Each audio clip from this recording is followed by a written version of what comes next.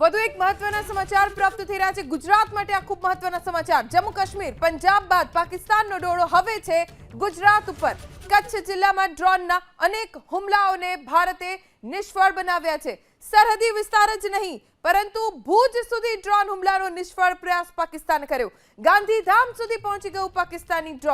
Pakistani drone Gandhidham સુધી પહોંચ્યો હોવાની જાણકારી પાકિસ્તાનના તમામ હુમલાના પ્રયાસોને ભારત નિષ્ફળ બનાવી રહ્યું છે સમગ્ર કચ્છ જિલ્લામાં બંદોબસ્ત ખૂબ જ વધારી દેવાયો છે અને હાઈ એલર્ટ ઉપર આખો કચ્છ જિલ્લો મૂકી દેવામાં આવ્યો છે ભુજ ગાંધીધામમાં સતર્કતા વધારી દેવામાં આવી છે અમારા સંવાદદાતા હિરેન રાજગુરુ પાસેથી વધુ જાણકારી પ્રાપ્ત કરીશું જે હાલ કચ્છમાં છે શું સ્થિતિ છે અત્યારે કચ્છમાં હિરેન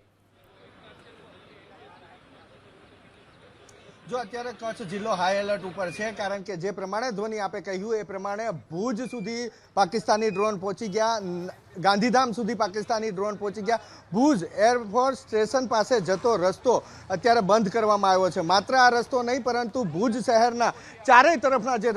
રસ્તાઓ છે એ રસ્તા બંધ કરી દેવામાં આવ્યા છે અહીંયા જે બેરિકેડિંગ લગાવવામાં આવ્યું છે એનાથી અંદાજે 6 કિલોમીટર દૂર ભુજ એરફોર્સ સ્ટેશન આવેલું છે અને ત્યાં વહેલી સવારે 3 પાકિસ્તાની ડ્રોન મળ્યા હતા અને જેને સેનાએ તોડી પાડ્યા છે સૌથી મહત્વપૂર્ણ બાબત કે આ સમાચાર બાદ અત્યારે જે સમાચાર મળી રહ્યા છે એ પૂર્વ કચ્છના ગાંધીધામમાં પણ પાકિસ્તાની ડ્રોન જોવા મળ્યું હોય તે પ્રમાણેના સમાચાર હાલ મળી રહ્યા છે।